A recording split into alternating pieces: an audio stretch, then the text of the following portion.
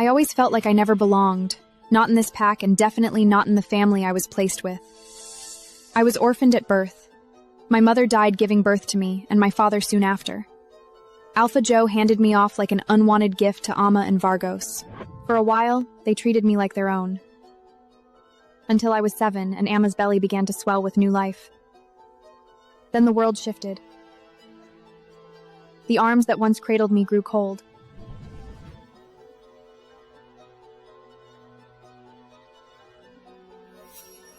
Narine! It's 5 in the damn morning! Get your useless self moving! I closed my eyes and breathed deep. Today was different. Tonight, under the moonlight, my dormant wolf gene will awaken and I'll finally become a full-fledged werewolf. Once I shift, I can leave Amma's house and start saving to finally get out of Khragnir. A small, secret smile tugged at my lips. I'd been waiting for this moment my whole life. I rose stiffly from my pile of clothes. There she was, leaning over the railing like a queen surveying her dirty peasant. Sorry. Sorry? You should be. Living off our kindness all these years, the least you could do is pick up more slack. It's the weekend. I swallowed the bitter rage clawing up my throat. More slack? What more could I possibly do that wasn't already dumped on my shoulders? I clenched my fists until my knuckles shook. Just a few more hours, I reminded myself. I woke Levian to get his laundry. He shoved 2 overflowing baskets into my arms and threw a duvet at the back of my head before slamming the door. Downstairs, Amma was sipping coffee and reading a fashion magazine. The washing machine's broken. Peter can fix it later. Take the laundry down to the river bend and wash it by hand. Oh, and grab your father's and my laundry too. I tripped and grabbed the counter, accidentally knocking a plate to the floor. Amma's palm collided with my face, knocking me backwards into the fridge. I saw stars, and tears spilled from my eyes. You stupid little bitch! That was a vintage plate! Sorry doesn't fix your stupidity. Useless girl! You're nothing but a migraine! I stayed silent, letting the insults rain down until she stormed off. Then I heaved the heavy bags onto my back and stumbled toward the river bend, where there was less chance of anyone seeing me like this. By the time I made it back, the sun was retreating. I heard Alpha Joe's voice inside. I pushed open the door, and every head at the dining table turned toward me. Amma sweetly told a lie, saying that I went to wash clothes by the river because I complained the washing machine hadn't gotten them clean enough. Narine, I've been waiting for you. It's custom for the Alpha to bless you on your birthday and pray that Arena's spirit sees you through your transformation from man to beast. I blinked, stunned. I took a single spoonful of pasta at dinner. My parents hadn't. Suddenly, heat exploded under my skin. I doubled over, gasping. Get out. I took a deep breath through the pain and stumbled out the door. The storm howled, and rain pounded down. My bones snapped and elongated painfully slow, my spine twisting at odd angles. I laid there crying, powerless. After an eternity, the pain faded, and I staggered up panting. I looked down, and my white fur shimmered under the rain, with champagne-hued, burnished golden tips. I howled wildly to the red moon, brimming with happiness, and turned back toward the others. Monster. They froze and stared as if I had 2 heads, then flinched when I stepped forward. In a puddle, I saw my huge reflection with a third eye on my forehead, black socket and golden iris, and my main eyes blazing red. Darkness swallowed me whole. 3 years later, there were no windows or clocks, no way to tell day from night. Tobias's boots echoed through the rotten corridor. He tossed a tray beside me. Oh, you still ain't dead yet? You're one strong little bitch. It's been 3 years, can you believe it? This pit stinks worse than a rotting sewer. Last time I'm coming down here, mark my word. 3 years. The words slithered into my mind like a poisoned dagger, but I felt nothing. Had it really been that long?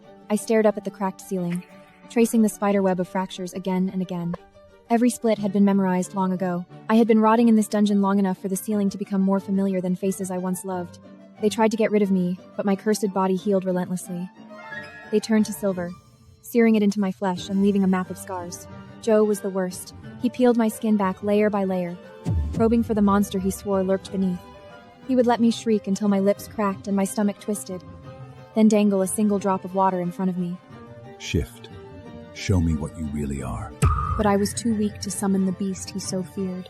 I had screamed for death, begged for it in hoary sobs, but even death found me repulsive, leaving me trapped in this decaying shell. When I turned my head and saw the tray, a jolt struck my half-dead nerves. The cell door was ajar, unlocked.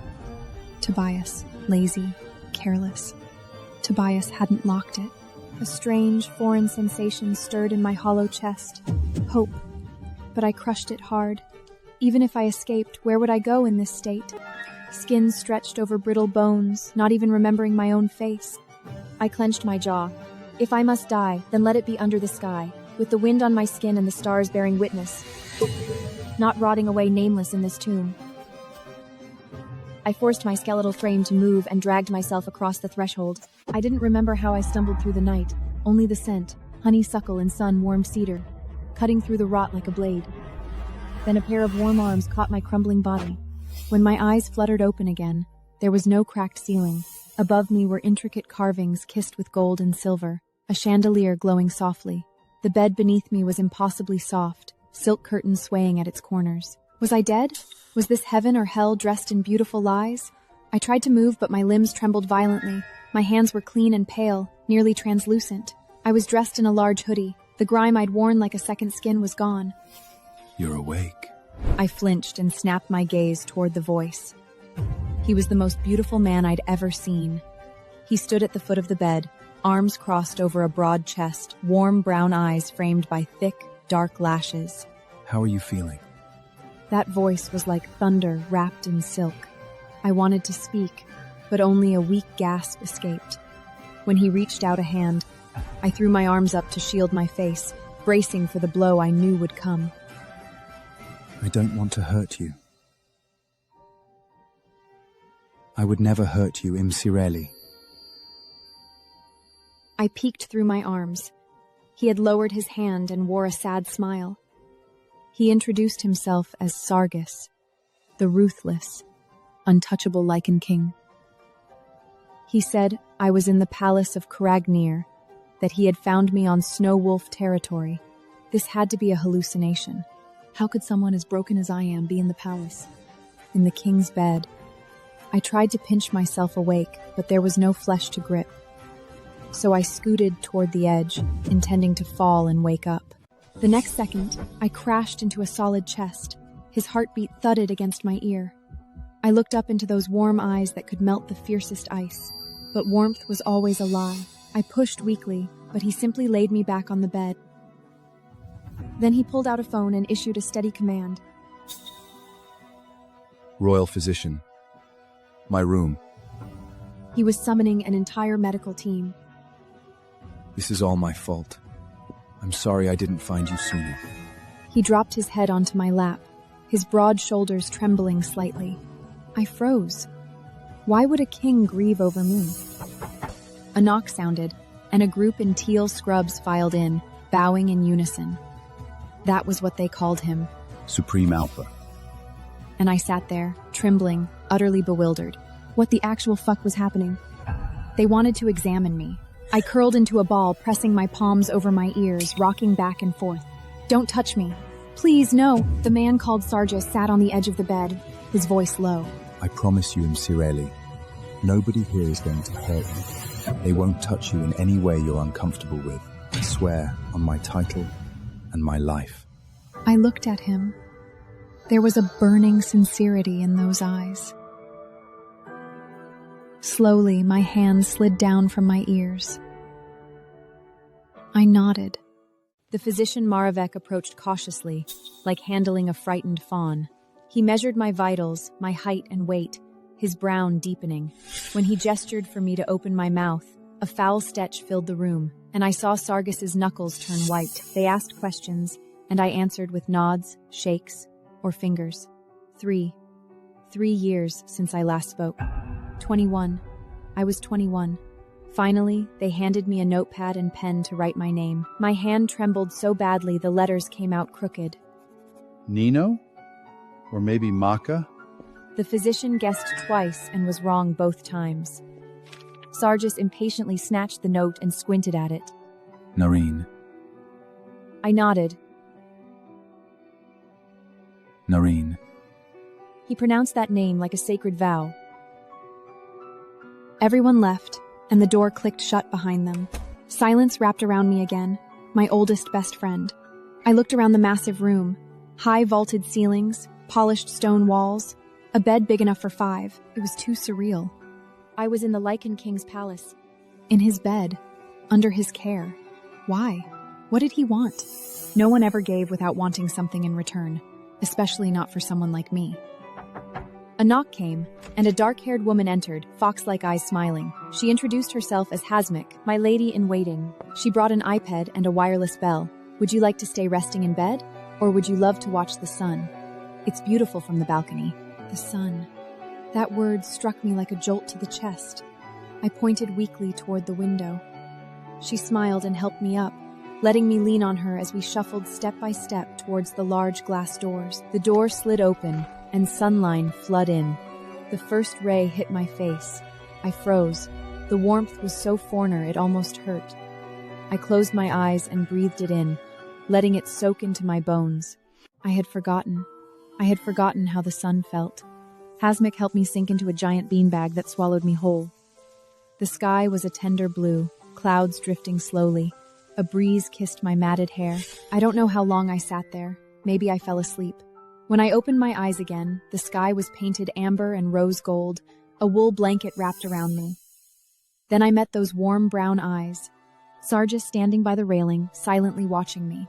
You seem so comfortable sleeping. I didn't have the heart to disturb you. It's getting windy. I should get you inside so you don't catch a cold. Before I could react, I was weightless in his arms. My face pressed against his chest, his steady heartbeat thudding in my ear. I froze, but he just smiled, as if carrying women was part of his daily routine. He laid me back on the bed, tucked the duvet around me, and then turned for the door, leaving my heart hammering like a drum. The door clicked shut behind him. I curled up alone in that too-soft bed, my heart still pounding. When he carried me back from the balcony, his arms had been steady as stone, as if I weighed nothing. I burrowed deeper into his hoodie. That scent, cedar and honeysuckle, had soaked into the fabric. I hated to admit it reminded me of something distant called safety.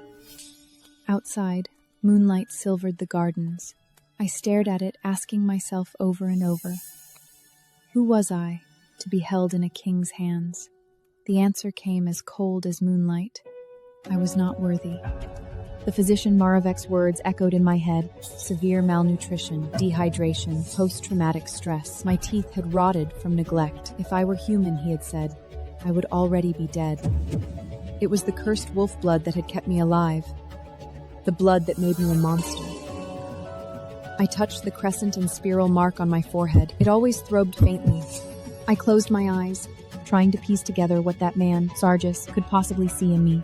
A mute ghost, a skeletal wreck, a three-eyed abomination. Sooner or later, he would see the truth and throw me back into the abyss. 30 sunrises and sunsets passed. I was trapped in this gilded dream, receiving IV drips, dental repairs, nutritional supplements day after day. Flesh slowly returned to my frame, and my skin grew less translucent. Hasmik became my shadow. She never pushed, never overstepped, simply offering a hand when needed. She reminded me of something I had never possessed, a sister. And Sargis slept on the sofa, every single day. Whenever I woke, he was either reading or watching me like a puzzle he couldn't solve. His gaze was too intense and I could never meet it. I woke earlier than usual today. Dawn had not yet broken, and the room was empty. I didn't want to wait for Hasmik to help me with everything like a parasite. I pulled the IV needle out, wincing at the sting, but I didn't stop. The bathroom was gilded magnificence. The mirror showed a face still pale, but no longer hollow-eyed. I stared at the brand on my forehead, trying to recall when it appeared, but memory offered only black holes. I picked up scissors and began cutting away the matted knots. Platinum strands fell around my feet. Snip after snip, until my head felt as light as if 3 years of weight had been lifted. Hot water poured from the shower head, steam billowing. I closed my eyes and let the stream wash over every inch of skin. It was the first time I truly bathed myself. The scent of soap drowned out the memory of rot. I touched every inch of skin, as if getting to know my body for the first time. After the shower, wrapped in a blue robe, I found myself standing before the mirror again. I took a deep breath and let the robe fall. Then I saw them scars, covering my body like dried-up riverbeds. The most horrifying one snaked from my lower abdomen to just beneath my left breast. The skin was tight and shiny, as if it still had a pulsacy. Joe. He had dragged a silver-coated blade up my stomach, slow as if savoring a delicacy. The sizzle of silver on flesh, the iron tang of blood, his humming, my screams. The door burst open. Sargis rushed in, then froze. His gaze landed on me for only a heartbeat before jerking away as if scolded, the back of his neck flushing. I didn't think before barging in. Your heartbeat. I thought, shit. I'm so sorry. Are you okay? Why are you crying? Only then did I realize I was curled naked on the floor, tears streaming down my face. I scrambled to pull the robe around me, heart hammering. He kept his back to me, shoulders rigid. Put some clothes on. I'll be outside. He practically fled. I sat there for a moment, then pulled on another of his white shirt and burrowed under the covers. He stood by the window for a long time before slowly returning. I lay in bed with my back to him. His voice came from behind, low and careful, like taming a deer ready to bolt. You've been cooped up in here for a month. If you want, we can stroll through the palace gardens. The lilies just bloomed. Maravik says you can start on solid foods. I didn't respond. He held out the tablet and asked if there was anything I craved. I stared at the flowing screen as if it were an alien artifact. But eventually, I took it. He showed me how it worked, his fingers careful never to touch mine. I typed, then turned the screen toward him. What do you mean? What do I want? I snatched it back, typed furiously, and flipped it again. I need answers. Why was I brought here? Why am I in your bed? Why all this excessive care? Why waste resources on someone you don't even know? He fell silent. The air grew heavy as red. That's because you're my mate, Cyrele. Mate? Me? His? The eternally bound, soul-deep lichen mate cursed by Arena? Absurd. I was a three-eyed monster. He couldn't be serious. There had to be a mistake. A defective thing cast aside by everyone. He couldn't be serious. This had to be another cruel trap. I couldn't believe him. The moment he saw my true form, he would revile me like everyone else. I had to leave. Before he discovered the truth, before those gentle looks turned to disgust, I had to escape. But I was too weak right now. I needed time to regain my strength, to earn his trust, to find an opening. The garden. He mentioned the garden. There had to be a way out from there. I forced my breathing to steady, picked up the tablet, and typed my reply one letter at a time. Banana. He stared for a full 3 seconds, then his handsome face split into a smile I had never seen. Pure, bright, utterly relieved. The freshest bananas should be immediately brought to my quarters. Soon, Hasmeek rushed in with an armload of bananas, her eyes glistening. She peeled one and offered it to me with a joy as if I had just asked for the crown itself. I took the first bite. The sweetness exploded on my tongue, foreign and overwhelming. I couldn't remember bananas ever tasting this good.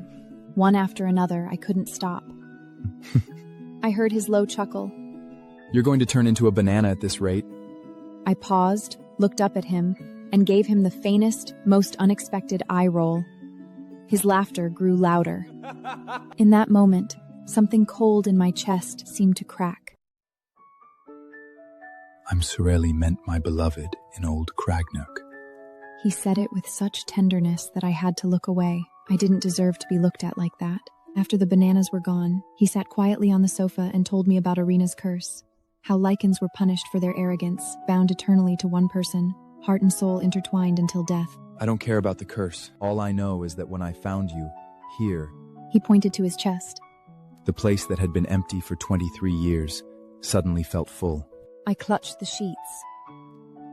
His words were honeyed, but I had tasted too much poison wrapped in honey. I picked up the tablet and typed with trembling fingers. I don't want to be your mate. His smile didn't disappear. It just softened into something sad, like a flame dampered by rain. I know, and I won't force anything on you, Narine. Ever. But I also won't lie to you. You're not just anyone to me. You're the only one that's ever silenced the monster inside me. He left after those words, leaving me alone with the silence. I looked toward the balcony.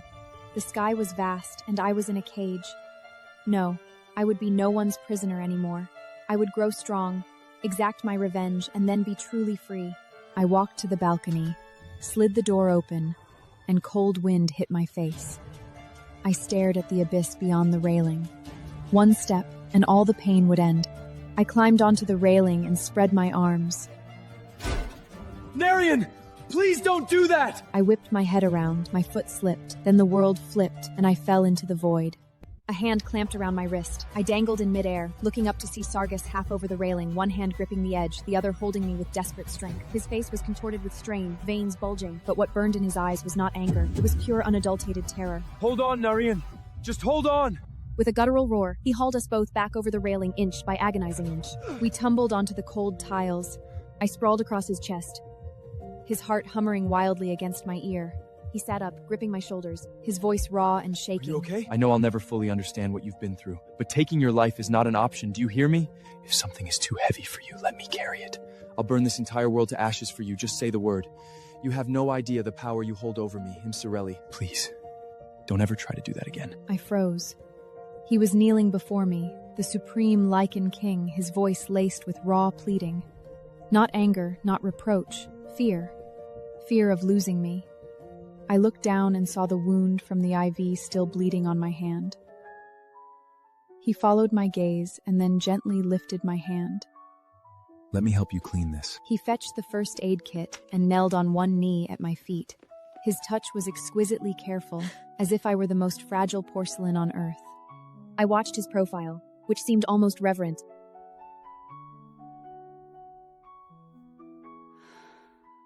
Something hard inside my chest quietly gave way. He applied a bandage, then stood and fetched a steam mop. My eyes widened as the Lycan King rolled up his sleeves and began personally cleaning the blood off the floor. His forearms flexed with each movement, veins tracing intricate paths. I tore my gaze away, cheeks burning. Damn it, what was I thinking? This man had just saved my life, and I was oogling his arms? I buried myself under the covers and feigned sleep. The hum of the steam mop was an odd lullaby. After a while, I heard him set it down and quietly settle back onto the sofa. I didn't sleep that night. Not from fear, but from a strange, unnameable flutter. He said I had power over him. But what power could a broken, mute wreck like me possibly hold? 2 months passed. My body recovered rapidly. I could keep down most solid foods and had even gained a little weight in my cheeks. But my wolf remained dormant. Maravek said it would take a few more months. I didn't plan to wait that long. I had to leave. Sargish's tenderness was a net drawing tighter each day, and I feared drowning in it. I couldn't. I had a revenge to fulfill. Today, the opportunity came. I picked up the tablet and typed. I remember you once offered to take me to the garden. Does that offer still stand? He read the screen, and his lips curved slowly into a smile that could melt ice. Of course it does. Sargish's smile bloomed like the first breath of spring. He led me through the palace corridors, and I stepped into the moving iron box called an elevator for the first time. When the floor trembled, fear gripped my throat. I threw myself into his arms, clinging to his waist. His chest rumbled. He was laughing. This way, Lady Koala. I followed him past towering columns. 2 obsidian-carved lichen thrones loomed at the far end. The ceiling stole my breath, and guards stood like statues. For the first time, I understood with absolute clarity. He was a king. This is the Palace Ballroom. We host royal events, meetings, celebrations, and official matters here. I stared at the thrones, my skin pricking. He could snap my neck with a flick of his wrist. Yet I slept in his bed, wore his clothes, ate his candy. The thought of escape lodged in my mind like a thorn. Guards pushed open a heavy oak and iron door, and sunlight spilled in like it had been waiting for centuries. I saw a black luxury car parked in the courtyard. Sargish opened the door for me himself. I got in, and he slid in beside me. Here, you can munch on it while we make our way there.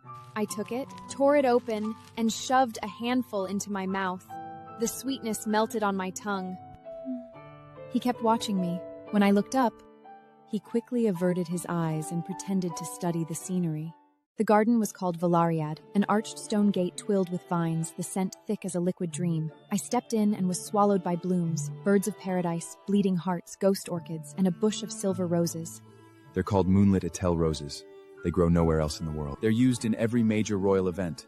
Mating ceremonies, coronations, presentations of heirs, even funeral rites. I crouched before the roses, afraid to touch them. The petals were true silver, like melted starlight trapped in delicate folds. I didn't know how long I crouched there until my legs cramped. When I stood, I saw Sargis sitting cross-legged on a hanging chair, hand his head, grinning without guard. This has always been my favorite place to escape. Even when I was a kid. Whenever I had a fight with my parents or just needed to disappear, I came here. I listened, and the corner of my lips twitched upward against my will. I wiped it away immediately. I had no business smiling at him. You're so beautiful. Has anyone ever told you that? I froze. No one, never. Something warm and dangerous swelled in my chest. I had to crush it. I shot to my feet, desperate to flee this tender trap. My heel caught the fountain's edge, and I tilted backward. Arms banded around my waist and pulled me against a solid chest. I looked up in panic. just as his face angled. Then memory surged like black tide. Joe's hands, Joe's laughter, Joe's weight pinning me down. I screamed and shoved him away, collapsing to the ground, scrubbing frantically at my lips. I heard myself begging hoarsely, but the name I cried was Joe's. I finally came to. The first thing I registered was pain. A dull, burning throb echoed in my bones as if my entire body remembered every bruise. The second thing I noticed was a warm, solid arm draped over my waist, and another tucked beneath my head, gently pinning both my wrists. The third thing was the heat. A comforting, enveloping warmth that seemed to seep into my skin. How good he smelled, and how perfectly his body molded around that made me freeze was a poke, right on my lap. No! I twisted, kicked, and squirmed until I managed to slide out from under him and tumble off the bed. I scrambled backward like a startled deer until my back hit the nightstand. You're finally awake. Why the fuck were you in bed with me? You were having a nightmare, thrashing and clawing at yourself. I tried to wake you up, but you wouldn't stop, so I held you all night. I stared at him. That made sense. But why wasn't I scared? It was like my body knew this alpha wouldn't hurt me, but my brain was struggling to keep up. Are you reading my mind? You're not insane. You were simply thinking out loud. A scream tore from my throat again, and then I heard it. My voice. Trembling, I pressed a hand to my throat, disbelieving. A soft gasp escaped me. Tears welled in my eyes. So this is how I sound? I didn't even remember anymore. The memories came crashing into me. The palace, the garden, the kiss, and Joe. My chest caved in. I closed my eyes and inhaled deeply, but the weight of that memory pulled me under. The kiss reminded me of Joe. I couldn't breathe. I dropped my gaze to my hands. There was torn skin beneath my nails. He wasn't lying. Sargis had protected me from myself. Again. Good morning. Do you want to use the bathroom first, or should I?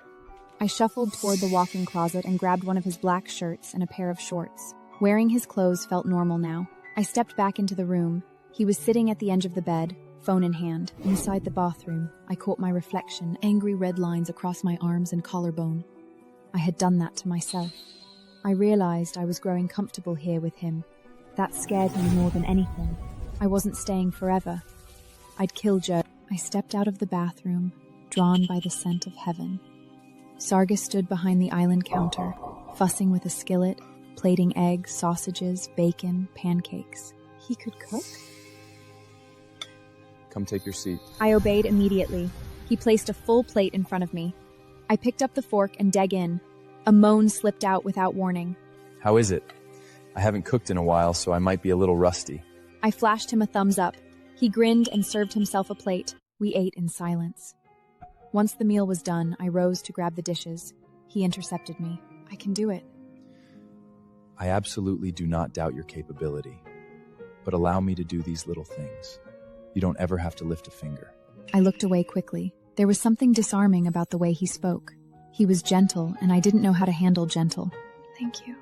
I wandered back to the living space and collapsed onto the sofa.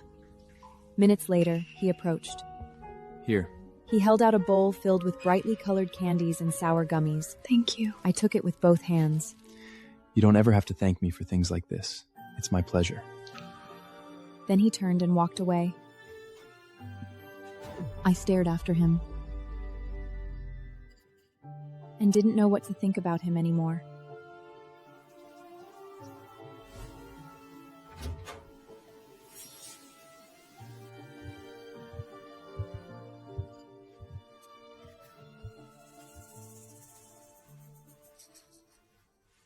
Time had passed, 2.5 months since everything changed, since I screamed and found my voice. Sargis and I were in a much better place now. Not perfect, but closer. I spoke with him freely when I wanted to, quietly when I didn't. He never pushed. I'd started leaving the palace, too. With Hasmik, she became something close to a friend. She taught me games, painted my nails, let me braid her hair. What kind of man do you like? I had no answer, but she told me she and Lupercus were mated. I couldn't believe it. That tall, brooding wall of muscle? Him? Hasmik burst into laughter, but it was true. Physically, I was changing too. I'd gained weight, healthy weight. My hips had begun to round, my cheeks filled out, my hair grew thicker and longer, but I hadn't stopped searching for a way out. Notebooks hidden behind the wardrobe were filled with sketches of palace maps, blind spots in guard rotations, tunnel theories, but I still hadn't found a way out. I'm tired of seeing you in his clothes. You're getting thicker now and your boobs are starting to fill out, but you're still dressing like a malnourished librarian. You need your own clothes. Dresses, shoes, undies, sexy one. The door swung open and in walked Sargis. Good. You're here. Your mate is filling out. It's a crime she doesn't have decent underwear. I'm taking her shopping. Your what? She needs a wardrobe overhaul. Your card.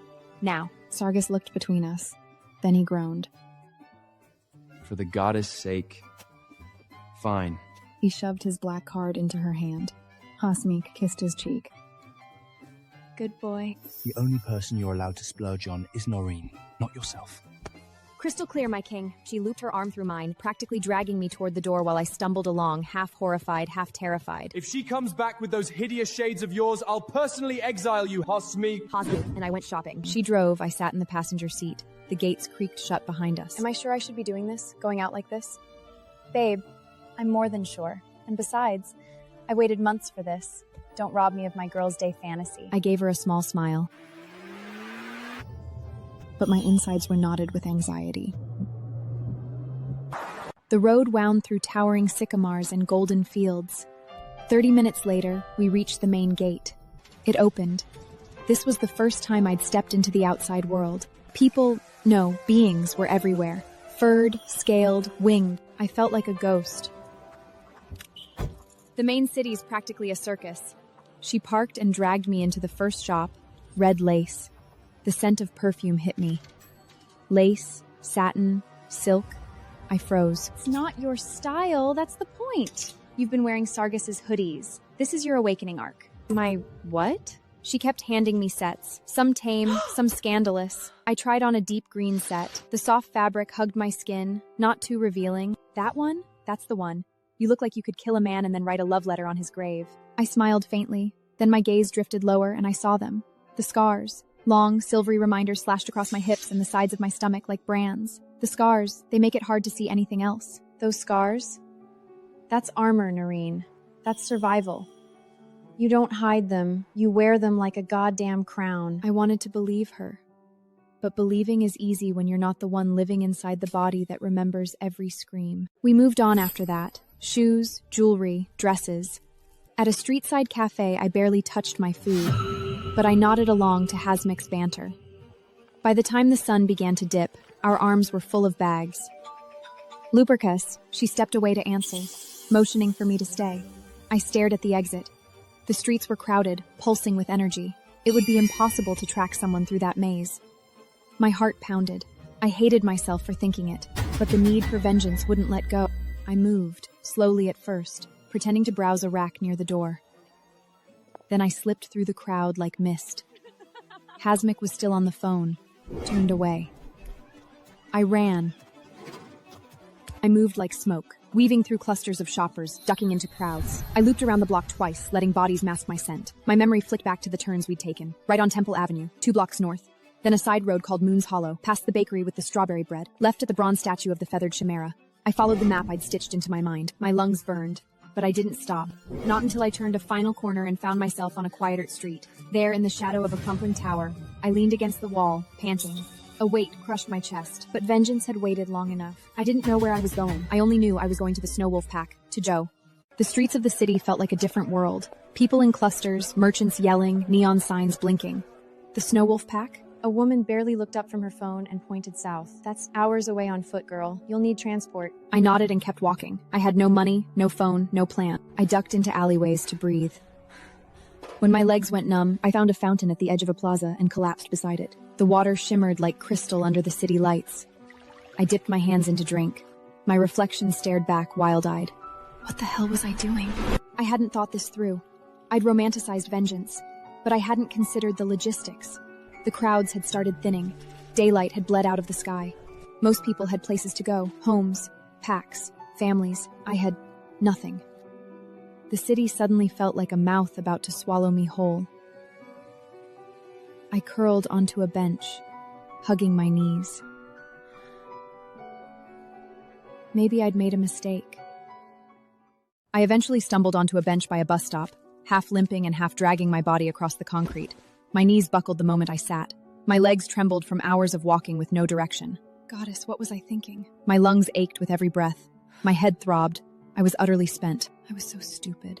I had made a split-second decision based on wanting to be free, to take control of my life, only to realize it wasn't as easy as I had made it sound in my head. Now I was stuck, exhausted, cold, and lost in a city I barely knew. I missed him. I hated how fast that thought came, how much it hurt. But I missed his gaze, his quiet presence, the way he made me feel seen and safe. I wanted to go back, to the steady hum of the corridors, to the scent of lavender on my pillows, to the quiet safety of knowing Hasmik would always be 2 steps behind me. But I didn't know how. No. I wanted revenge. That was the truth of it, wasn't it? No matter how much I missed the comfort of the palace, I couldn't pretend it would make everything right. It wouldn't undo what happened to me, wouldn't erase the nights I screamed into my pillow, or the way my body still flinched. The palace could offer peace, but not justice. And I was starving for justice. But what had I even been thinking? That I could just show up at the Snow Wolf Pack and kill Joe with my bare hands? That vengeance would be waiting for me like a gift wrapped in fury? I had been so blinded by rage and hurt that I forgot I was just one girl, with scars still healing and barely enough strength to hold herself upright. But I couldn't let it go. I couldn't move on. Not while he was still out there, breathing freely, laughing, living a life untouched by the horror he inflicted on me. He ruined my life. He destroyed pieces of me I would never get back. I needed to look into his eyes and watch him realize I had survived. But right now, I was helpless. I curled on the bench, arms tucked tight into my chest, rocking gently as the night deepened and the city blurred around me. 1 minute I was asleep. The next I was in the air, hauled, like a sack of grain. Hey! Put me down! The man didn't flinch. His arms were like steel. I was dumped into the back seat of a car. This is kidnapping! He slid into the driver's seat and locked the doors. I'm sorry, Your Gracious Majesty. Please pardon my caveman behavior. I need to get you back to the palace as soon as possible. His Majesty is not in a good state of mind. Oh, so I wasn't being kidnapped. They found me so fast. I thought I was clever, blending in. I was being taken back to the palace. I pressed my forehead against the cool window. I hadn't even lasted a full day out here. I was such a fool. But worse, I was ashamed of how relieved I was that they came for me.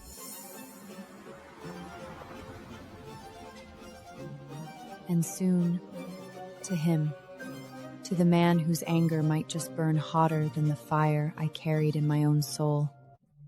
As the car drew closer to the palace, anxiety coiled tighter in my chest. He was going to be furious. I deserved it.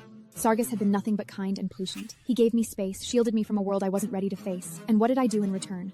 Stop the car, I shouted. Stop the car. I didn't think I could face him. Ma'am? Now.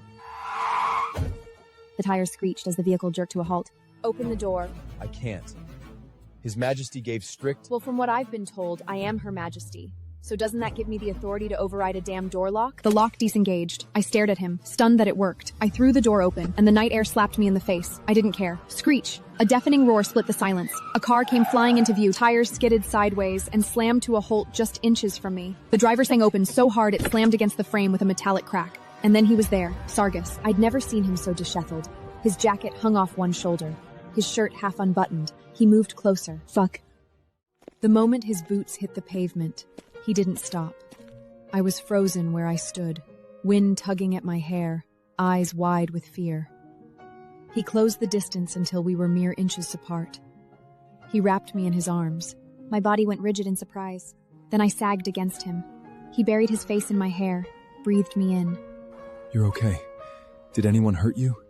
Did you eat? His voice cracked. We'll talk when we get home. I nodded slowly. He pulled off his jacket and wrapped it around my shoulders.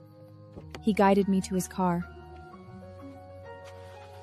Neither of us spoke during the drive back. He glanced at me more times than he should, just to make sure I was still there. The palace gate loomed under the dark sky. He parked, and we made our way up the steps and into the private elevator. I looked everywhere but at him.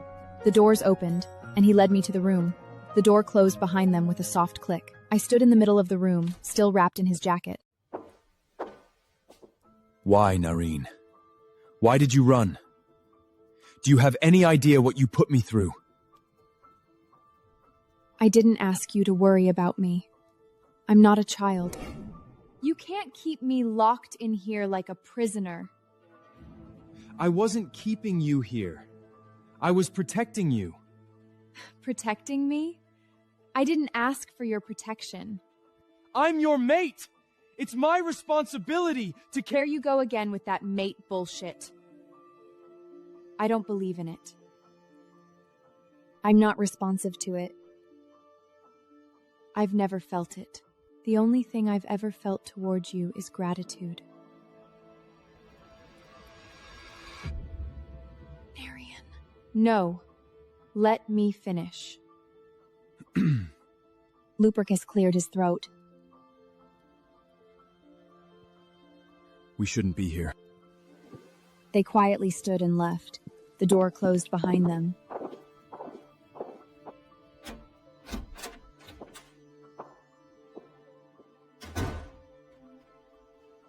I never asked you to save me. You did all of that on your own. I'm grateful.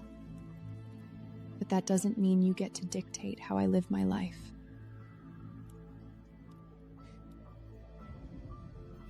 I never did this because I expected something back.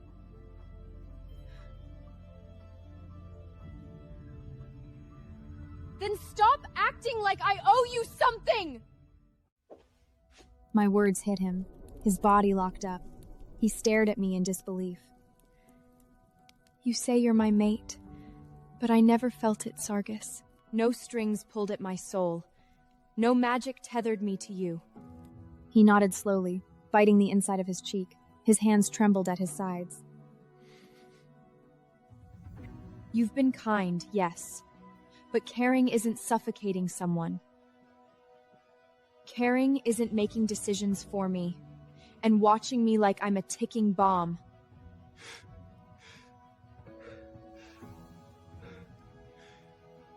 Narine. You know what hurts the most? I almost believed you were different. But all this time, I know you've just been waiting for me to become something I'm not.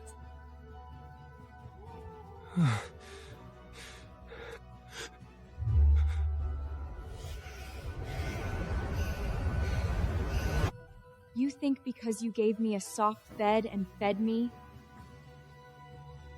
and gave me your attention, that I owe you my heart? You want to claim me like some prize you've won. He staggered back a step, unable to breathe. All he could do was stare at me like I'd just torn him in half.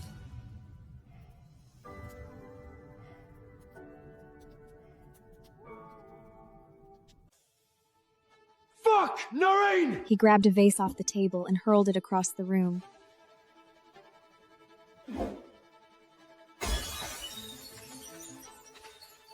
It shattered into 1,000 sharp pieces against the wall. But it still didn't quiet the storm in his chest.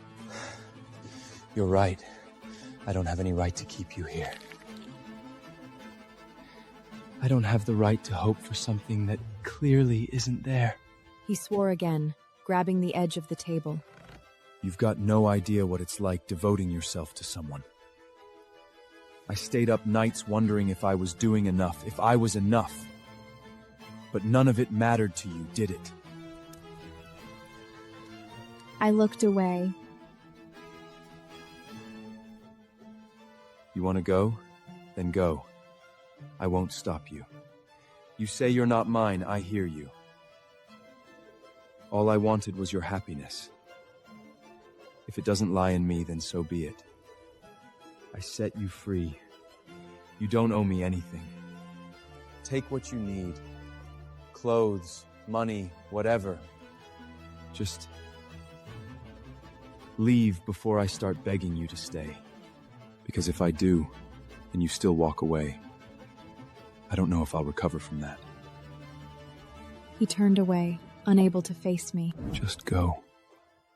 I wasn't prepared for the sorrow reflected in his eyes. It wasn't a volatile pain that demanded attention. It was a quiet anguish that seemed to seep from his very soul. I never meant to hurt him. I didn't throw his kindness back in his face because I believed it was insincere. I did it because deep down I feared it might actually be genuine. I was used to striking first, pushing people away before they could draw me too close, striking out before I could be hurt. When he reached for me, when he took off his jacket and draped it over my shoulders and asked softly if I was okay, panic flooded me. How could someone be so kind? It felt like a lie. I pushed him away to protect myself, to cling to the belief that he was just like the others, untrustworthy, indifferent. How could a man like Sargis care this deeply for someone like me? The mate bond? But I didn't feel it. All I felt was gratitude. Should I leave? That had always been the plan, to get out and find joy, to look the monster in the eye and kill him. And yet, I hesitated.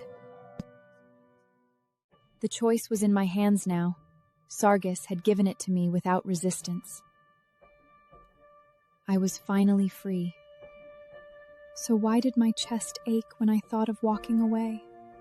Maybe it was the way he was retreating, the way his broad shoulders, now slumped like the weight of the world, had finally crushed him, or the way his eyes had dulled, or the pain radiating off him like a storm, soaking the room.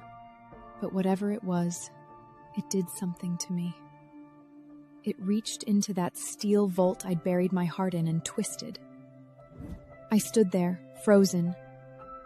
Watching him walk away felt like watching something irreversible happen.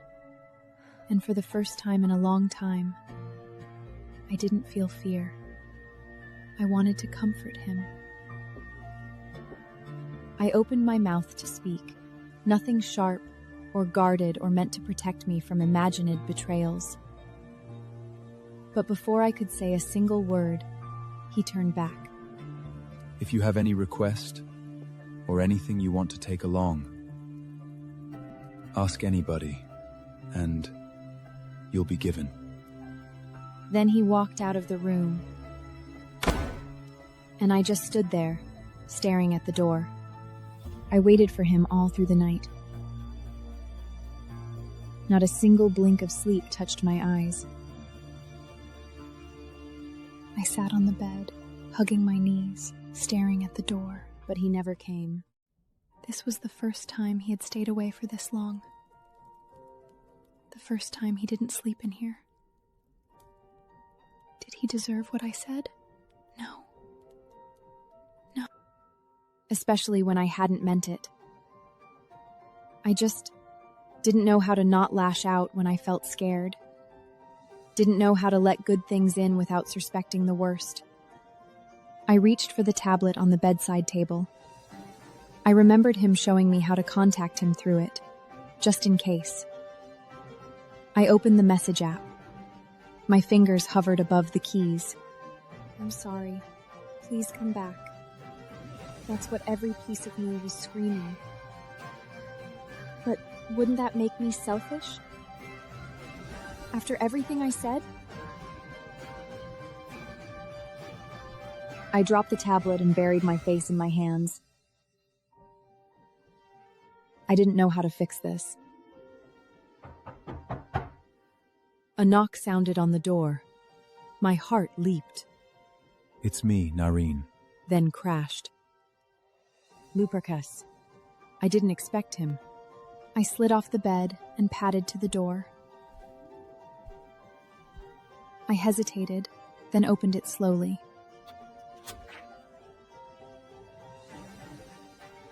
Can I come in? I nodded. He stepped inside. I'm here to pick you up. His Royal Highness has made accommodation arrangements for you outside the palace. There's also a sum of money deposited in an account under your name. My heart twisted. He made plans for me already? After I threw his heart to the ground and stomped on it?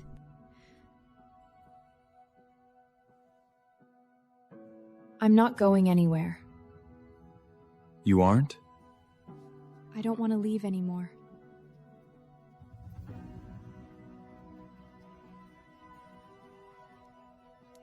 Where's Sargis? I want to talk to him. I'm sorry. I can't reveal His Majesty's whereabouts. He's not in a good state of mind at the moment. Please, Lupercus. Let's assume I do take you to him. What would you do? Or say?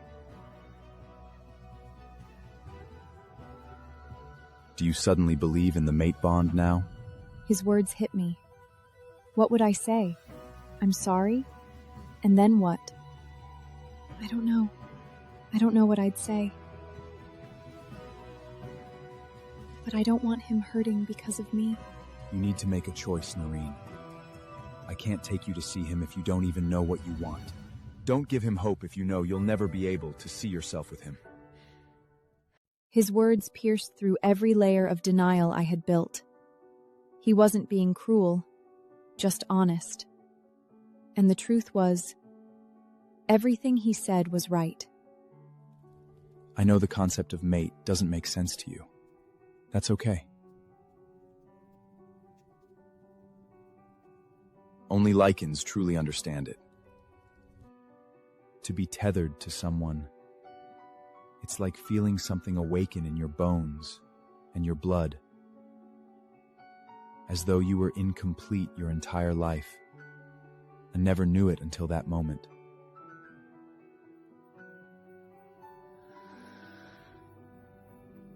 I stared at him.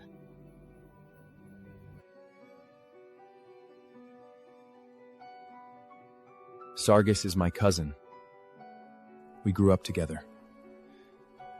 One thing he wouldn't shut up about: the concept of mating. He searched for years. Each time he came back empty-handed, a part of him faded. 5 years, Narine. 5 years of quiet misery.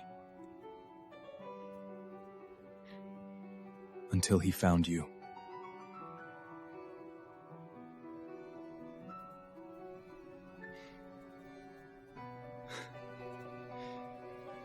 I have never seen him happier.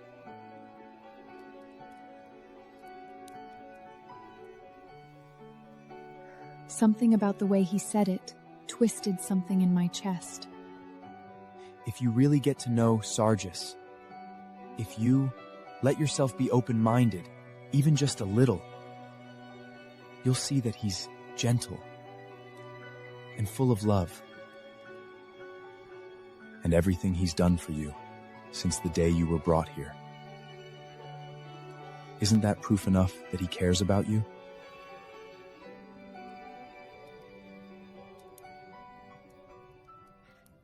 The 7th day. 7 long, agonizing days, and still no sign of Sargis. The loneliness had crept into me like a slow-acting poison, curling its way through my chest until it sat heavy on my lungs. I never knew loneliness could hurt like this. I used to build my world around silence. I used to pride myself on not needing anyone. But now it felt different. The silence didn't feel safe anymore. It felt like a punishment. I curled up tighter on the bed, wrapping his shirt tighter around me.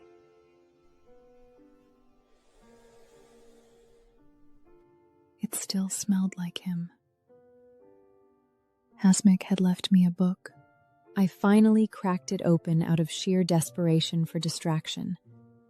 The cover was spicy, but the story was gripping. The enemies to lovers trope was more than just spicy. It was intense, chaotic, and real.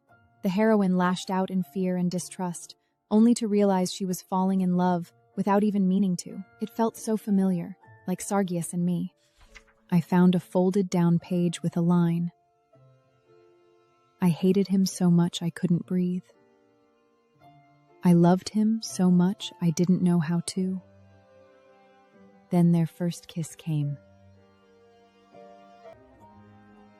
I didn't even realize I was smiling, or that I was kicking my feet in the air, like some hopeless romantic. And then it got spicier, and as I read, I imagined it was us, Sargis and me. Should I stop? His breath The thought was so jarring that I nearly dropped the book. My skin went hot. I snapped it shut like it had bitten me.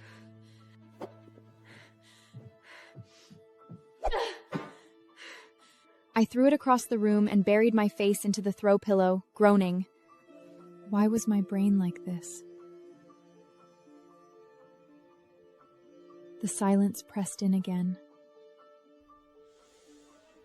Slowly, my thoughts faded, and I drifted into sleep. I didn't know how long I'd been out, but a shadow fell over me.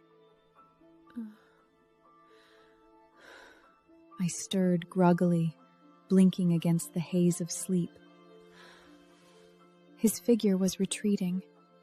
My body moved before I could think. I grabbed his hand.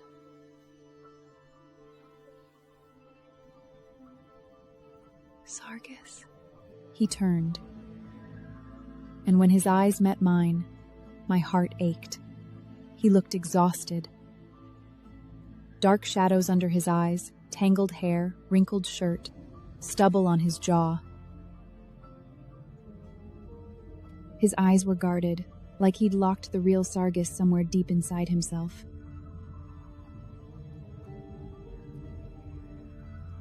I looked away, as shame crawled up my throat like a vine.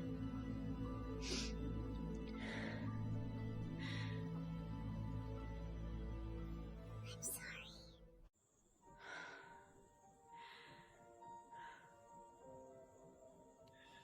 It's fine, Narine.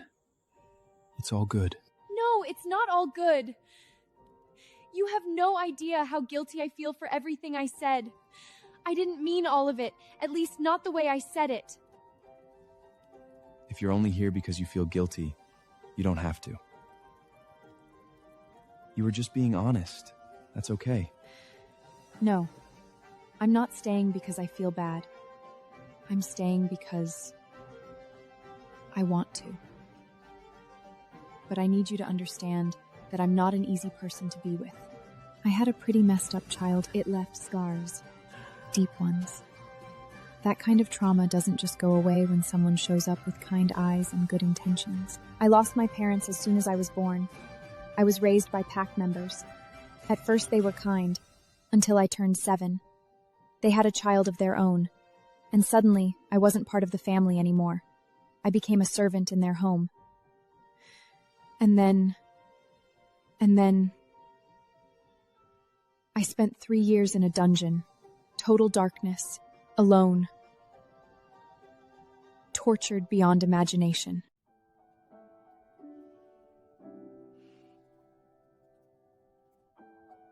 I'm telling you this not so you'll pity me.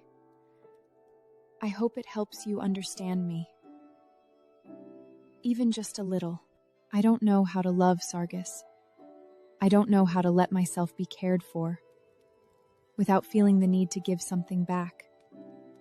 All this time I've been here, I felt grateful, but also like a parasite. Narine. No, please let me finish. I know everything you've done, you did because you wanted to. You don't expect anything in return. But I can't help how I feel. I feel indebted. Like I'm just taking and taking without ever being able to give anything meaningful back. But the past few months have been the most wonderful of my life. And that safety has made me realize something else. I still have demons. Still have so much pain buried inside me. And that pain has kept me from wanting to accept happiness. From believing I even deserve it. And that's why I ran. Not because of you. Not because I wanted to hurt you. But because I needed to confront my past if I ever wanted to move forward. As for the mate bond, it's true. I don't feel it. At least, not the way I'm supposed to. But Lupercus explained things. I'm sorry for hurting you, Sargis. You didn't deserve that. You're a wonderful man. But I'm not ready to be in something romantic. Not yet. I don't think I'm in a place where I can give someone what they deserve without working on myself. But if you're willing to wait, to be patient and stay beside me, not because you're hoping I'll change or that I'll fall in love with you overnight, but because you see me and you want to help me figure out who I am and what I want, then I'd like that. I'd really like that. When I finally looked at him again, his expression had completely changed. He was smiling. Not that half-hearted, broken smile. A real one. I understand. And I mean that. Picture too. Thank you for trusting me enough to open up. I know it wasn't easy. I'm going to go take a shower. He smiled, then made his way to the bathroom. The door clicked shut behind him. I stood in the room, my heartbeat steadier. There was still a long way to go between us. But at least, I hadn't lost him. The loud thud of the bedroom door crashing open jolted me out of sleep. I sat up so fast the world spun. Hasmik stood in the doorway like a vengeful goddess of war. Her eyes cut straight through me. Hasmik.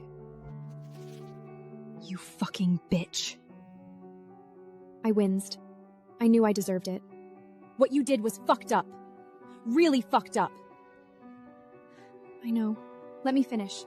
I was so scared. I have never been that terrified in my life. My mind raced through every terrible possibility, but... I'm sorry. I forgive you. Her words hit me hard, not because I doubted them, but because I knew I didn't deserve them. I don't know what you were thinking, but I hope you found whatever clarity you were chasing. I'm just glad you're safe. I'm truly grateful for you, Hasmik. You're like a real sister I never expected, but truly needed. I missed you too. Oh my god. I didn't miss the way her spine straightened, or how her pupils dilated slightly in alarm. What? What is it? Anika just arrived at the palace. And who might that be? Sargis and her. They used to fool around. A lot. They were fuckmates. Hearing that Sargis had a fuckmate, who was currently in the palace, scraped something raw inside me, though I didn't know how to feel. It wasn't as if I'd expected celibacy, especially not from a Leakin king. Sex was casual here, almost ritualistic among alphas and warriors, but still, there was this tang in my chest, like the taste of blood when you've bitten your own tongue but pretend it doesn't sting. I wasn't jealous, I don't think. I had no claim on Sargis. Not truly. Not yet. But something inside me recoiled at the idea of him with another. Was she beautiful? Dominant? Submissive? Did he care? Or was she just another blur in a long line of bodies used to silence the beast inside him? I tried not to care. God, I tried. But I did. And that terrified me. Don't worry, Narine. She might be here on diplomatic matters. Sometimes she represents her brother at summits and visitations. Her words were meant to soothe, but they barely skimmed the surface of the storm inside me. I gave a small nod, or maybe it was a hum. I couldn't tell. The door burst open. A woman stepped into the room like she owned the palace. She had the kind of beauty that punched the air from one's lungs. Her dark brown hair flowed behind her like a cape. I observed silently. She wore a soft pastel gown that hugged her curves. Why she's on his bed, and more importantly, why she's wearing his clothes. Princess Royal. To what do we owe this unexpected visit? Answer the damn question. I saw the way Hasmik clenched her fists. I half expected her to spit a retort back, but instead she drew in a sharp breath. Both women turned toward the door. Sargis and Lupercus burst into the room. Sargis looked like he'd run the whole palace down to get here. Anika. She stalked across the room, swaying her hips sexually, her heels clicking like the toll of a bell. She grabbed his face. My heart didn't just sink. It crashed, like a mirror thrown from 100 stories high. I closed my eyes and turned my back, not wanting to see anymore. What the fuck was that for, Anika?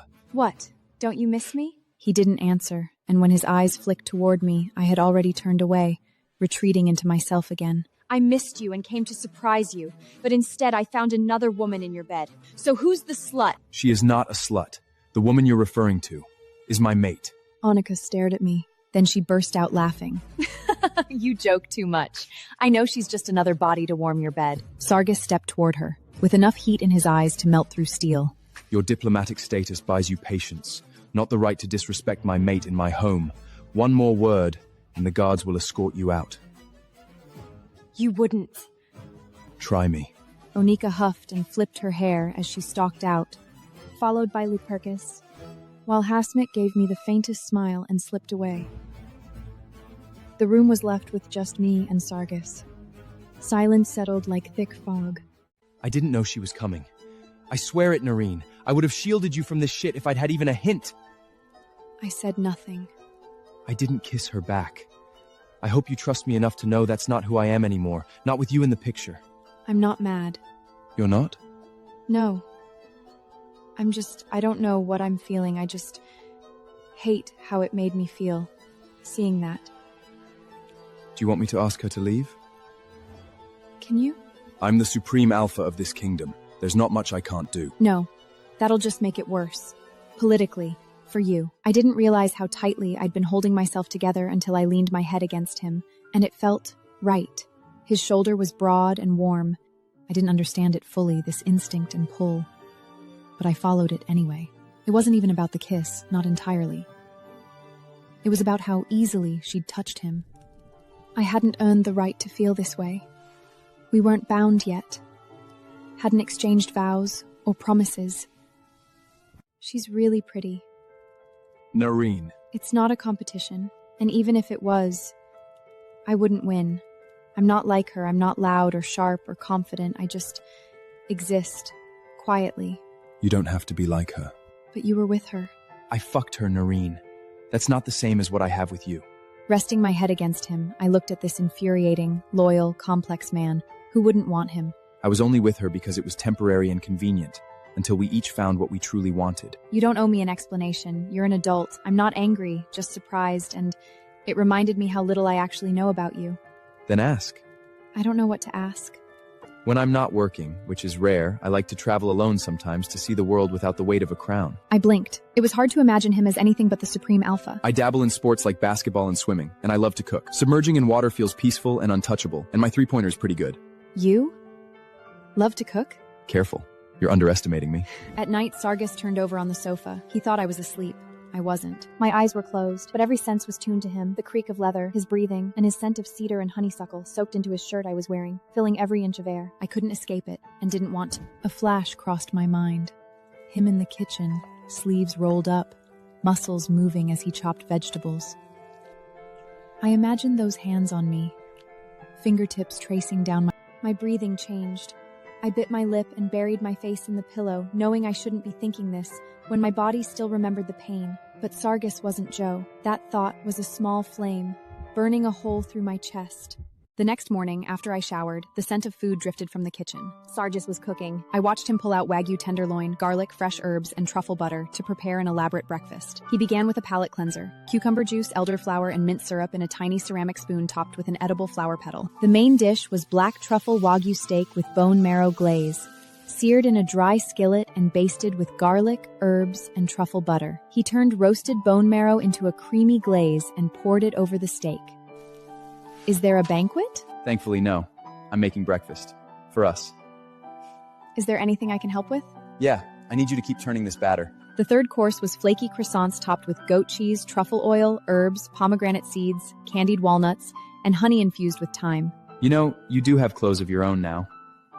I noticed the closet had been rearranged, but maybe I'm just used to your clothes. They feel comfortable. I felt his gaze travel over me and saw him. We moved around the kitchen in an unspoken rhythm, handing off utensils, stealing glances. It felt natural. The dining table was a canvas of colors and scents. His eyes lit up. It was our first formal meal together using the dining table. How do you cook this well? I have my secrets. We washed the dishes together. She hummed softly under her breath, and I found myself humming along. I have something to do later, so I'll leave first. But actually, I went to Onika's room. I'd had enough. Explain, Sargis. Your subjects refuse to talk. As I already explained, Onika, the woman you met is my mate, and you will treat her and all my subjects with respect. You say she's your mate, but I smell no mark of claim on either of you, so no, I don't believe that nonsense. Whether or not you believe she's my mate doesn't change the fact that she is. An unmated male is still fair game, Sargis. I didn't come for my brother. I came for you. It's been so long since someone fucked me so hard my legs trembled. You won't dismiss my bond with my mate for your fantasies. Stay away from what's not yours, or you're finished here. Fine. I'll behave for now, but I'm staying for a month. Khragnir is beautiful this time of year. Onika, when we agreed to be each other's sexual partners, we made a clear boundary, that it was only that, a temporary outlet. We agreed to part ways once we found our mates. I found mine, so you need to move on. I never wanted to be bound to someone I didn't choose, unlike you who worships lifelong belonging, a philosophy I never agreed with. Why should I accept a stranger because of some ancient curse? I'd rather die alone. Look at my brother. His mate has emasculated him into a shadow of his former alpha self. You don't need to tell me any of this. Your opinions on the bond, your brother's mate, your own fears, that's your path to walk. It has nothing to do with me. Well, that's sad. Came here hoping to convince you otherwise, to propose that we become chosen mates, that we take what we had, what we were, and make it permanent. That will never happen, not in this life or the next. I would rather die than leave Narine. Give me 1 month. If I can't get you into bed by then, I'll drop it. But if I do, you'll see the bond is just hormones and ancient magic. I'm not playing this game with you. This ends now. You need to leave. You can't do that, Sargis, unless you want to offend my brother and start a diplomatic war. After all, I'm here under his protection, as his official assistant. It would be a shame if your kingdom suddenly lost trade privileges with the East, wouldn't it? If you so much as breathe near my mate again, I will take that risk. I will go to war with your brother, burn the treaties, and let the gods bear witness to what I do, if it means getting you the hell out of here. The next morning, Sargis had already left. Matters in the southern borders needed his oversight. He said he'd return by midday. I was alone. The silence pressed in slowly, like fog. I wandered through the suite barefoot, dragging my fingers along the velvet edges of the furniture, trying to chase away the restlessness creeping into my bones. I tried not to think about his ex, the beautiful, poised woman who still haunted the palace halls like a ghost, with a history tied to his body. But I believed him. That was the scary part. I had begun to trust Sargis, tentatively and quietly. He earned my trust by shielding me, sitting with me in silence, and never pressuring me to be anything other than myself. I was his mate. No doubt about that, even if I still didn't fully understand what it meant for me. My thoughts turned to Joe, and the pack that was called mine. Were they still the same? Had anything changed? Were they building families, laughing in the places where I had once cried, content to forget the girl they left to rot? But maybe I didn't need to pursue Joe. Not now. Maybe what I needed more than anything was peace. Peace with myself. Peace with the shattered pieces of my life. I let Hasmit talk me into breakfast, maybe because of her hopeful smile or simply because I was tired of hiding in the dark. At the head of an intimidating obsidian dining table, I felt like prey among lycons, especially with Sargis's mountain of a father sitting at the far end. Annika lounged across from him, faking disinterest, but watching everything. I stood awkwardly, wringing my fingers, unsure whether to sit, wait, or run back to my room. Good morning, sir. And good morning to you too, ma'am. The pressure of their stares made me want to sink through the marble floor. You don't even know how to act properly like a queen. I lowered my gaze instinctively. Straighten your spine, square your shoulders, lift your chin. My body obeyed without thought, snapping into place like an overtrained puppet. Hasmin wrapped her warm arms around me, guided me to a seat near Onika, and sat beside me like a shield. Give her a break, Auntie. She's still new to all of this. That's all she's done since she arrived. Catch a break. The room grew colder. I could feel Onika's gaze sliding over me like oil. Your Highness, I know I shouldn't interfere in matters of the throne, but looking at her, she's clearly unfit to be queen. She doesn't know proper court etiquette. She doesn't bear the mark of a mate or the crown of a queen. And should a real threat arises, she'd be your greatest liability. Her voice was calm, almost pitying, but the venom beneath it was unmistakable. I swallowed hard and clenched my fingers tightly in my lap. I didn't know what to say. I didn't know how to defend myself in a world that had already decided I didn't belong. Onika, I may be retired, but like you said, you shouldn't interfere in matters that don't concern you. And regardless of your opinion, she is my son's mate. That makes her the future queen of this kingdom. My eyes sting, sharp and unexpected. I hadn't even spoken, and yet someone stood up for me. I felt Hasmik's hand slip into mine under the table. She gave it a squeeze. I quickly blinked the tears away. Of course, Raja Baba. Pardon my intrusion. Looks like Sargis is here to scoop you up and keep you hidden away. The heavy double doors creaked open behind us. I turned just as Sargis and Lupercus entered the vast dining hall. The moment our eyes met, my chest eased. He made his way straight to me, slipped into the seat beside mine, and without a word, draped his arm across the back of my chair.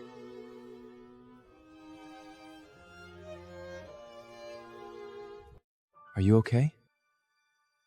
I nodded, barely, but he understood. It is lovely to finally meet you, dear. It's nice to meet you too, sir. Please, call me Hyrik. I've always wanted a daughter. Sargis, I know you think I'm being harsh, but you've seen how restless the court has grown with the Queen's throne empty for nearly 7 months. Had it really been 7 months since I was brought here? So tell me, is she going to ascend it or not? Suddenly, I felt everyone's eyes on me and shrunk back as her words wrapped around my spine like chains. Mother, I told you she's not ready. And this isn't the time for that talk with a diplomat present. Oh, me? Don't mind me. I'm staying out of this. Her smirk said otherwise. We can leave right now if you want to. I glanced around the table. Hasmik smiled. Lupercus seemed detached. Sargis's father stayed neutral, and his mother barely hid her disdain. Could I really just stand and leave this mess? I shook my head slowly. I didn't want to give them that satisfaction. Breakfast ended, thankfully. Sargis held my hand the whole time. Even when I barely touched my food, I just pushed things around my plate.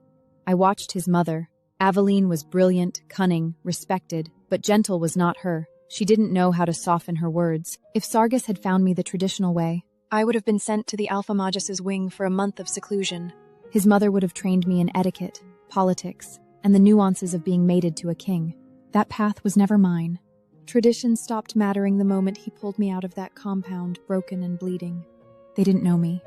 They didn't see what I saw. They didn't see me flinch at raised voices or curl into myself when the memories came. The breakfast was lovely. He stood and left. Onika, I hope you'll finish whatever you came for, because this isn't the right time for you to be here. Of course, Rajababa. See you later, Dusties. Have a lovely rest of the day. The tension of the morning faded, leaving only a quiet calm. For the first time in a long while, I felt at peace here. After Sargis left, I went back to the room. Breakfast had shocked me awake. I already knew I didn't fit in, but today showed me just how deep the divide really was. I looked in the mirror. Same girl, same curls, same eyes, but I stood differently now. The subtle slump of my shoulders. Hesitancy. Queen. The word rang in my mind like a bell. Could I really do that? Could I be her? A sharp pulse bloomed on my forehead. My hand strut up instinctively, pressing against the familiar spot of the tattoo, the one I thought was nothing more than a mysterious mark of fate. My knees buckled and I grabbed the dresser. This wasn't a hallucination, the glow was real. Brilliant and alive, etched right across my forehead like a band. Something stirred inside me. My eyes fluttered shut. Then the world exploded. I could hear everything. Cutlery clicking floors away, and faint conversations through the thick palace walls. Red. That same red I'd seen once before. The same red that terrified me that night I first shifted. It was back. I stumbled away from the mirror, one hand covering my mouth. My wolf. She was stirring. No. Awakening. It was past midnight when I finally heard the elevator ding and smelled Sargis coming down the hall. But tonight, beneath his primal scent, I caught a sicky sweetness. Onika, and my stomach twisted. His footsteps soft, he eased the door open and slipped into the room, thinking I was asleep. He padded into the closet, clothes rustling, but all I could focus on was her. Her scent lingered in the air between us. He came out of the closet in his soft pajamas and settled onto the leather couch. He picked up the spoon. He liked the food I made, but he still reeked of her. Why had he been with her? Why did her scent cling to him so brazenly, and why did it hurt so much? His gaze pulled me from my spiraling thoughts, so I squeezed my eyes shut as he moved closer and closer. You know I know you're awake, right? Shit. Busted. I kept my eyes shut stubbornly. Narine, you're a terrible actress. Your eyes are twitching, your breathing is unseen, and you're clutching the sheet like it insulted your ancestors. I cracked one eye open, and our gazes locked. I saw him, not just as Sargis the Supreme Alpha, but as mine. I wasn't pretending to sleep, I was trying to, until all the noise you made. Noise? Me? I was careful not to wake you. I needed a quick distraction. My wolf was awake, and he could never find out. You're a little late today. Yeah, had a lot of things to take care of. Things. Like her? Was Onika one of those things? Something happened, though. Onika came to my office, and she tried to force herself on me. What? Nothing happened. I swear, Narine. I pushed her away. I would never... Why are you telling me that? Because I didn't want there to be any misunderstandings between us. Especially not when it comes to Onika. I stared at him, dazed. Why was he so open and honest when he could have easily lied? Thank you. For dinner. It was delicious. I swallowed hard. He was giving consistently, patiently, vulnerably, and I was still hiding, still keeping secrets. Sargis. The mate bond. What would happen if, eventually, my wolf awakens? How do I know if what I'm feeling is really mine or just something the bond wants me to feel? I will always be here. The morning sunlight spilled across the room. I sat at the edge of the bed. My eyes wandered to the sofa. Empty. The blanket neatly folded, like he hadn't even used it. He never made noise when he left in the mornings, never woke me on purpose. But today I knew the moment he left. How could I not know?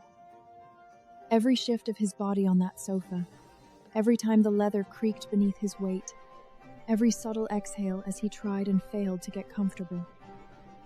Every little sound stirred me awake. He was a king, and yet, night after night, he surrendered his comfort. sleeping on a couch far too short for his frame, curled up like an exile in his own home. All because of me. The tension in his shoulders, the strain in his back, the quiet way he endured it without ever asking for more. The memory of last night tugged at me, how he'd confessed about Onika, how he'd looked so sincere, so careful not to hurt me or spark jealousy, withers of frisson, even though I had no claim over him. This bond, this man, the way he cared so freely without expectation. It shook me.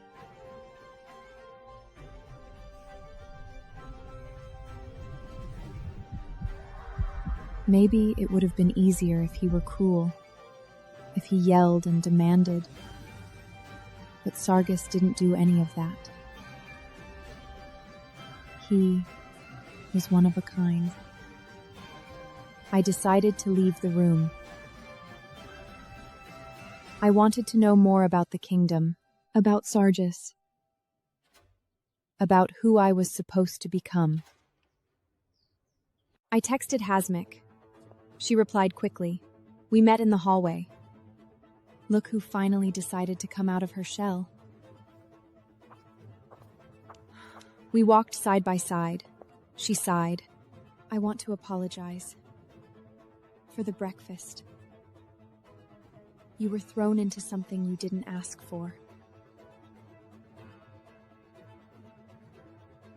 It wasn't your fault. Then I smelled her. Onika. My face scrunched in disgust. Hasmik's eyes narrowed. She picked up her pace and opened the door with more force than necessary. My heart jumped into my throat. Onika was in Sargis's study. She turned her head slowly, her gaze landing on Hasmik first, then on me. Her eyes narrowed. Oh, did I interrupt a study date? Narine, don't leave. I can explain. I wasn't going to leave. The very sight of you sickens me. You don't know him like I do. You never will. He's only doing this because of the bond. It messes with your head, so don't delude yourself. Don't pretend he loves you, because he doesn't. Onika lunged at Hasmik. In a second, she had Hasmik pinned against the wall, digging her claws into her throat. Then Sargis was there. He ripped Onika's hand from Hasmik's throat. Hasmik collapsed to the ground, coughing hard. Never in your life lay your hands on any of my subjects again. This is a royal decree. Effective immediately, you will pack your things and leave the palace. You've repeatedly bypassed protocol, insulted my mate, assaulted my subjects, and undermined my authority as king. No. Surely you wouldn't invoke a royal decree just because she disrespected me first?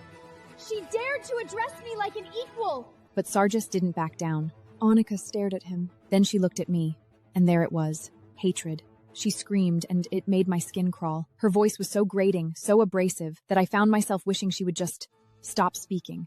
Forever. A pulse throbbed across my forehead. I blinked.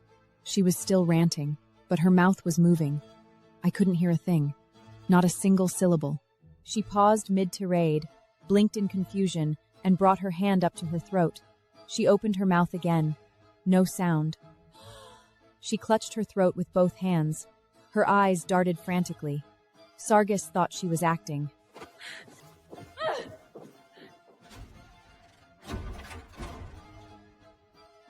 But I could feel her. Behind the door. Even though she was no longer in the room.